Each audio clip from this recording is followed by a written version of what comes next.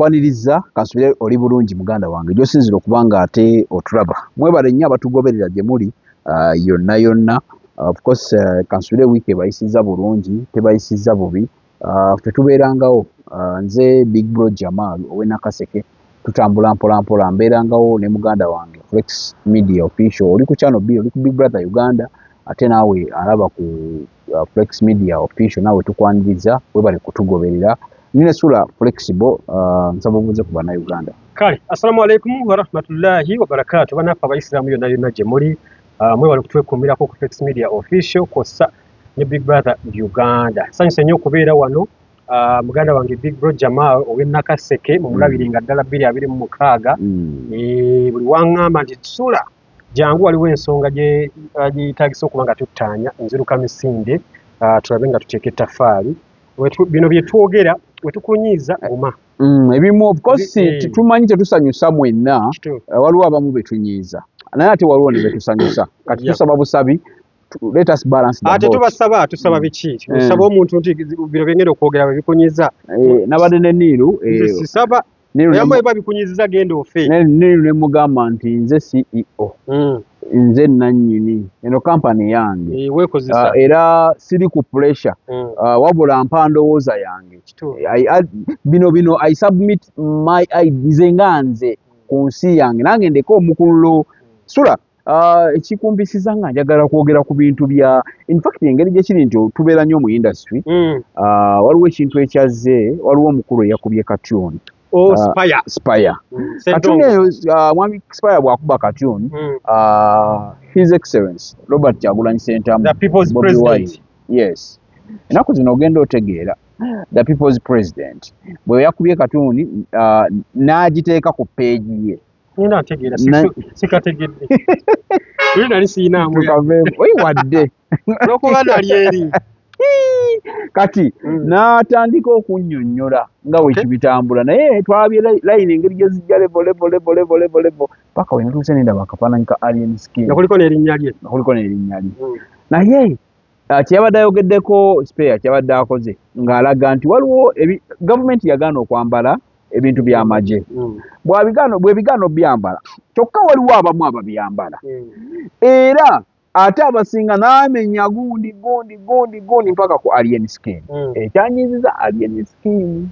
n'anyiiga ng'omuntu obuki simanyi lwaki yanyiize era n'atandikawo okuzzaayo nazzaayo olutalo ng'azzaayo ewaanyi ewa principal oli muvubuka ngera generation yaffe gye tulimu nkimanyi bulungi nnyo mwenna abali 80% tusobola okubeera nga tetukkiriziganya naye nze nkimanyi nti mukkiriza mu mitima gyammwe Kyagulanyi mumuwagira era ffe nja kwogera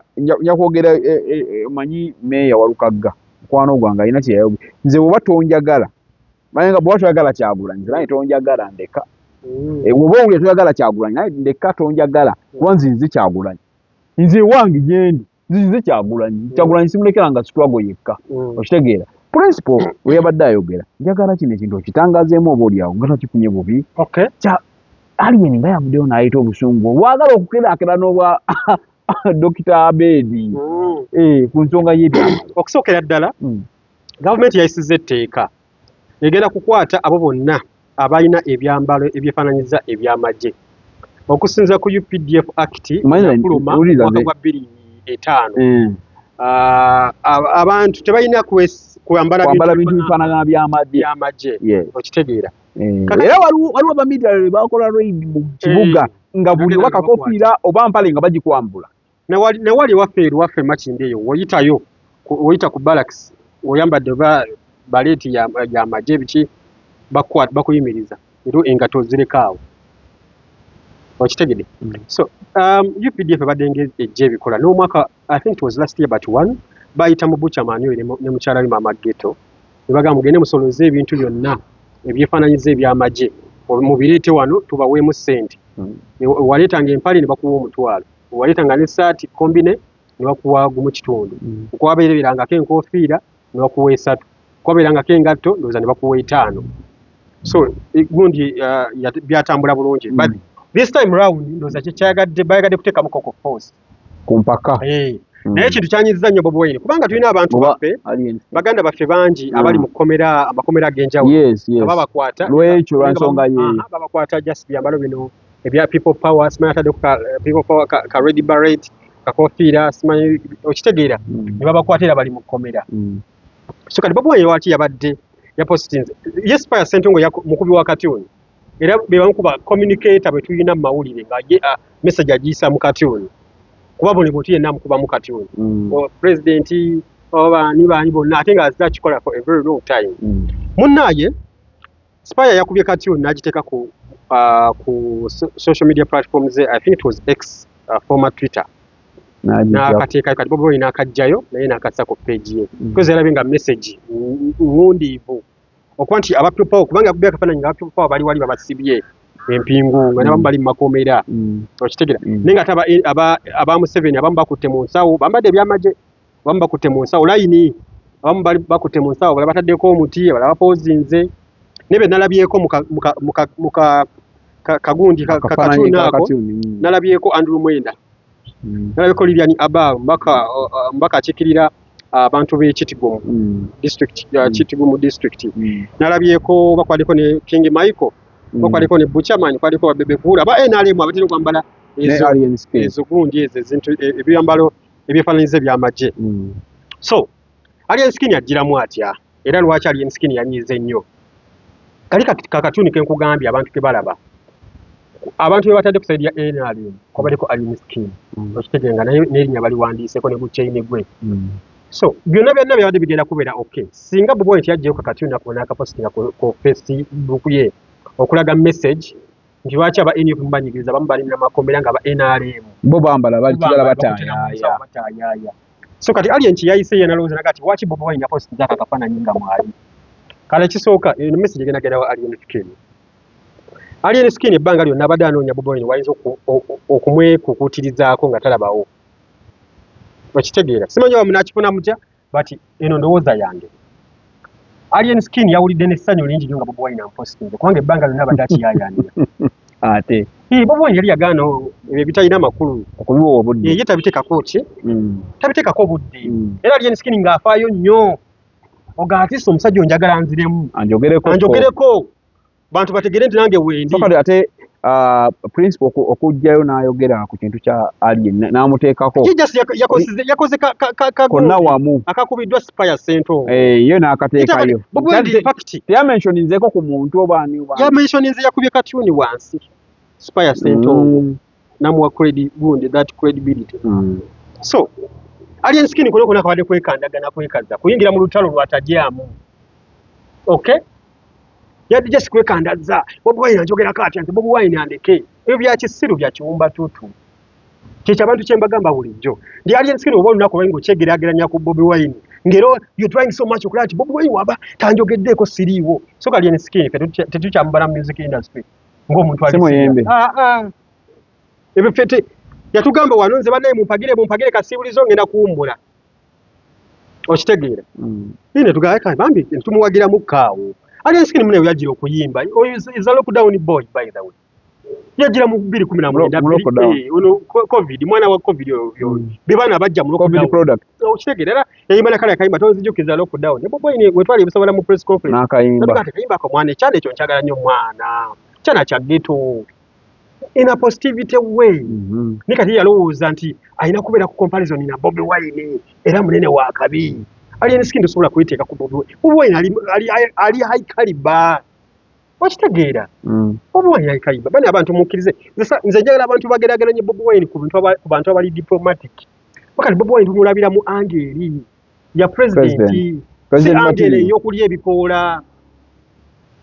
okitegeera ngoto yogeddemu ali akigwali omulayiko ng'ali emmere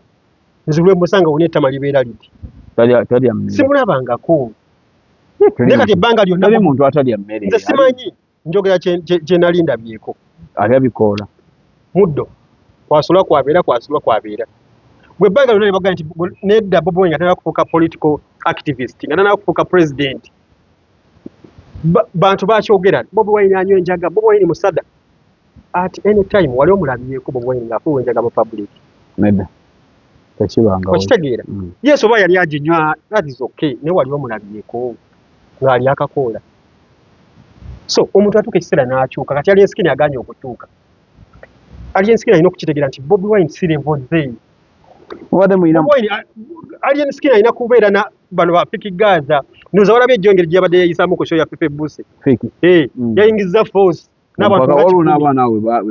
be baalinnye nnyawo wansi so kati eyo level kwalina okubeera si Bobi Wine Bobi Wine take ebaki ne Bobi Wine yakola nansobi okumentioninga mbu ayagala nyaka imbaka Alien Skin we twali ebusaabala ekibuga kino yakiwanya amaanyi positivity we yali ayogera yakiwanya nti amaanyi gatalina kukiwa okitegera kati tuli ku national issues tuli ku budget hiyo yafulumye bataddemu sima batadde bakoze amendment balese emisolo emipya twagala Bobi Wine atambuze kweyo tugenda kuvunuka tutya emisolo kubanga batubanja n'omwana gwengenda okuzaala enkyaba mubanja ate omuzze mu ntalo z'enkwale bwe yali ayogera mu kuziika yagamba muno buli munnayuganda bangi bebeera ekitundu n'okusoba kuba nasajja bakyewula ssente paka ye banaafa okitegeera kati ate otujje ku national issues otutwale ku ntalo z'enkwale za Alien Skin entalo z'okulya enkoola okitegeera Big Brother Uganda Flex Media official obadde just kubeera kugamba nange Bobi Wine anjogeddeko Bobi Wine tannaba kwogera ku Alien Skin yajjayo kakatuni Spire Ssentongo ke yakubye ne crate n'agiwa Spire Ssentongo okitegeera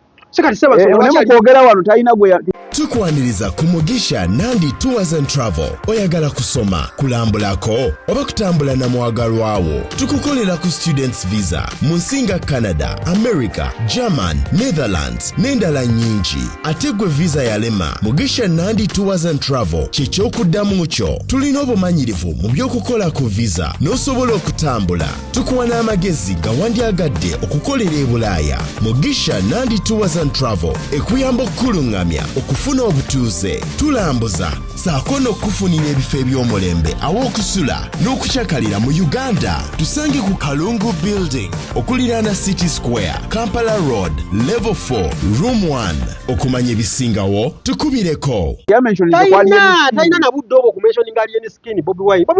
abalala bansibise tewali yayogedde abalala bansibise omwenda lwaki teyayogedde Alien yabe lwaki teyayogedde n'abalayi batadde ku line lwaki Alien Skin gwayogera okitegeera kyamukutteko n'alabye ddala kati awo agenda kufuna mkwegi soka Alien Skin yagonza nyimba zayimbye zonna okuva omwaka oguwedde gw'omusanvu ennyimba ze zonna tezisukka kibuye ku round about zonna zazayimba nze nkubuulira amazima matuufu aleka tubikkirire okola countdown ku radio nyimba za Alien Skin mmeka z'okwawadde ku bonus track ayinamu n'olumu okitegeera ati waliwo ezijja mabega nalinayo lockdown teri ndala otwamuweera tugamba nti Alien Skin kyazze Alien Skin we yakyamira wali wamu kulowooza nti kati waanaalumba Bobi Wine Museveni ajja kumulaba amuwe ku ssente ayinza okuba yamuwa ogutali musango naye ati kati yanonye kikyayinza okukola Bobi Wine ekibula kuba kati Alien Skin kikyayinza okukola Bobi Wine bino eyo stage ya Alien Skin Bobi Wine yagirimu emyaka 2 emabiga tokati bino byakola kati omuntu alina okuyuza Bobi Wine kati Bobi Wine abeera mu nyumba nga talidde mmere olina kubeera ng'ozina kibiina nga kyamaanyi naye waliko munnakatembo oba waliko mu ndongo naawe oliawo olina kubeera kuleeta national issues okitegeera kumanya kakati bwe nga tugenda difficulty ne bali abantu bakyalowooza ati Bobi Wine y'oliyo akagoma ka lubendera oba okaaba kenkuba n'asirika Bobi Wine twamugjawo awo era Bobi Wine w'omulaba bw'oti oba ofunye n'omukisa okumulabako okitegeera oba ofunye kubanga Bobi Wine esooka akuyetinga sikasite sala kumubirageranya ku Beene Ssaabasajja Kabaka wange ne Bobi Wine kati naye alinga ali mu ttubu eryo nti abantu bwe bamulabirako we bati babanga abalina ennyonta kale omuze mu ntalo z'enkoola tunaatuuka ddi tunanunula ddi eggwanga lyaffe nga omuntu addawo ku TV nagamba era Alien Skin w'amaanyi nnyo era Bobi Wine era Alien Skin beetwala ki beetwala wa ndabayo bannamawulire abo baali bamuwolereza teri abo nzira nze mpulira nnyo ennaku nga ntudde awantu oba nga ndaba TV nera omunnamawulire nava nagamba Alien Skin kyeyakoze Bobi Wine teyamulese ku ttaka era Alien Skin w'amaanyi nnyo ngawanika kati bane gwe nkubuulire tulina ebizibu mu Uganda wano ebisinga alien singa omanyi ssente bano abasajja ze babba singa omanyi ssente omwana w'omuwala zagenda omuwala w'omulenzi ba famire yo buli mwana ng'olina abaana 5 naye nga babanja miliyoni 10 negative oba otya zijja kusasulwa. So singa omanyi obulumi bwe tuluyitamu ng'ogenda ku dduuka eyali agula sukaali ku 2,000 nga kiro kati eri mu 7, omuti gwa sabuni gwali ku 3,000 kati guli mu 8, amafuta gagenda mu 6. Obwo bwe bulumi abantu bwe tuyitamu okitegeera.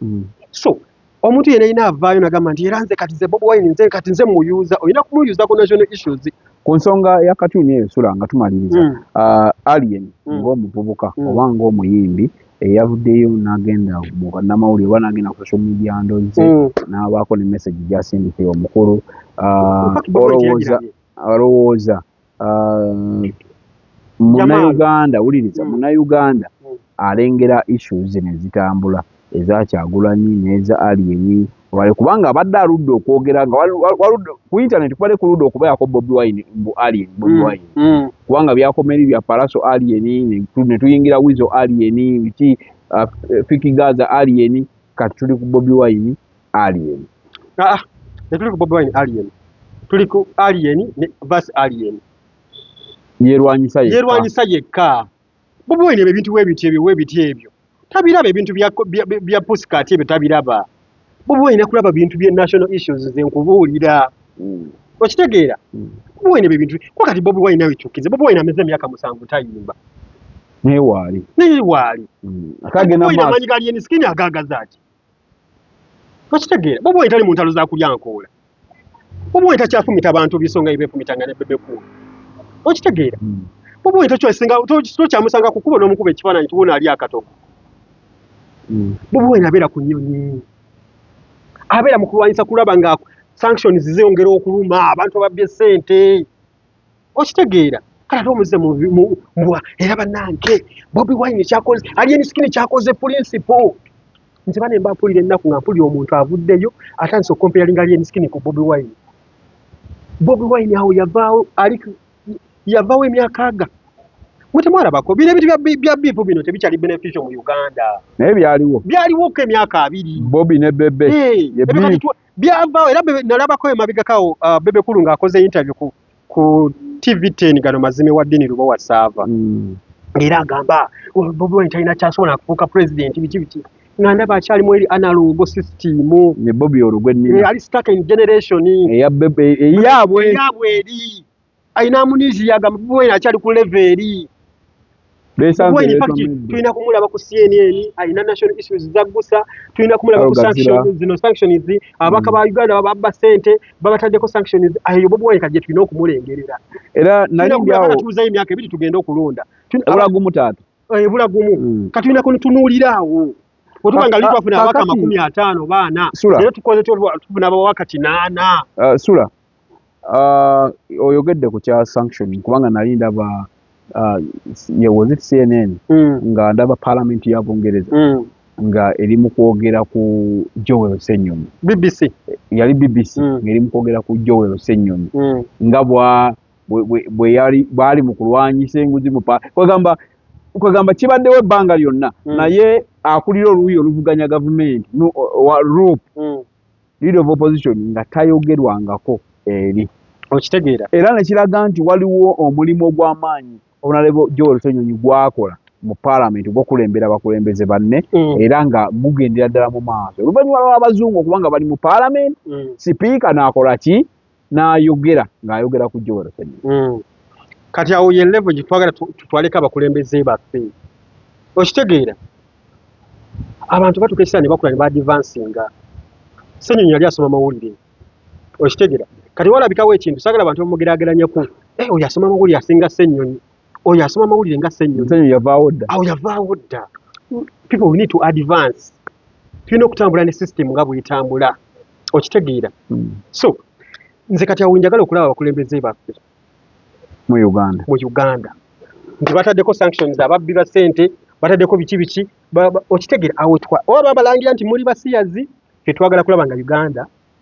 egenda maaso twagala kulaba Uganda nga bajogerako international wise mu bulungi okitegeera so kale tweyanza sula flexible akuume atakumira mpera sitwagala kulemerako nnyo ku nsonga naye tugezako kuyita mu bibadde mu wiiki naye bikutte nnyo mu babiro. Tujja okuddamu ne wakati awo tusobola okujja oba oli wabaawo ekyamaanyi ekizze ne tubayisaamu eggaali. Akuuma atakumira mpeera Ssaabasajja Kabaka wa Buganda. Awangaali. Wulira obuwoomi Munnayuganda kankwanjulire Pizza Origin bano nga be bakafulu abakozi ba pizza eri ku kyaddala anti mwatu kye kituyisa Pizza Origin. Funa pizza erimu ebirungo by'otajja kusanga walala. Olina birthday party, baby shower, graduation party, wedding meetings oba oyagala kusanyusa bafamire yo weyunire Pizza Origin tusangibwa ku Jinja Road Plot 10 opposite Nema House. Mwana wattu tukola ne delivery ate mu kaseera katono ddala. Yitiraho kati oba tukubireko. Tuli ku noti 7 noti 8 7 8 54 ne noti 7 4 6 93 79. Pizza Origin tulya kyaddala. Gwe eyeetaaze buli kalonda w'abaana oli mukyala naawe eyeeteekerateekera okuzaala nga weetaaga obugoye bw'abaana abato okuviira ddala ku bawere, engato, eby'omu kisenge by'abaana, ebitanda by'abato, obusuuka, eby'okuzanyisa by'abaana ebiwangaazi ate ebigumu ddala na buli kalonda yenna ow'abaana kankwanjulire Tigida Babies Villa nga bano basangibwa Ekitebi okuliraana omuzikiti nga waakava ku katale k'obummonde ng'odda ku Star abatuusa bino byonna okuva mu mawanga agasinga okukola ebintu ebyo ate ku bbeeyi ensaamusaamu. Gw'omuzadde tulina kubonaabona jangu ofune buli kalonda w'abaana ate jjukira nti tukola ne delivery awo wennyini w'oli. Tukubire bukubizi ku noti 772 98 331 naye noti 758 98 331 beba Tigida Babies Villa ku lw'essanyu ly'omwana wo. Weewala abafere leka nkwanjuli Ham Connect UG ye kampani egenda okufunira omulimu ebweru w'eggwanga. Tulina emirimu egy'abawala n'abalenzi mu mawanga nga Iraq, Saudi Arabia, Iran, Bahrain, Qatar n'amawanga amalala mangi. Wano ku Ham Connect UG tutunda n'okugula emmotoka ssaako ne airport taxi. Gwe omwana ow'obuwala olina passport oba tolina jangu ku ofiisi zaffe. Ham Connect UG emirimu gy'abalenzi nagyo tugirina nga ba security guards, ba cleaner, ba housekeeper. Gwe ayagala okumanya ebisingawo tusange ku FB Tower Building ewa Bakule room number C03 oba tukubire ku namba z'essimu zino noti 757 93 86 61 ne noti 751 55 91 93. Ffe aba Ham Connect UG tutuukiriza ekirooto kyo.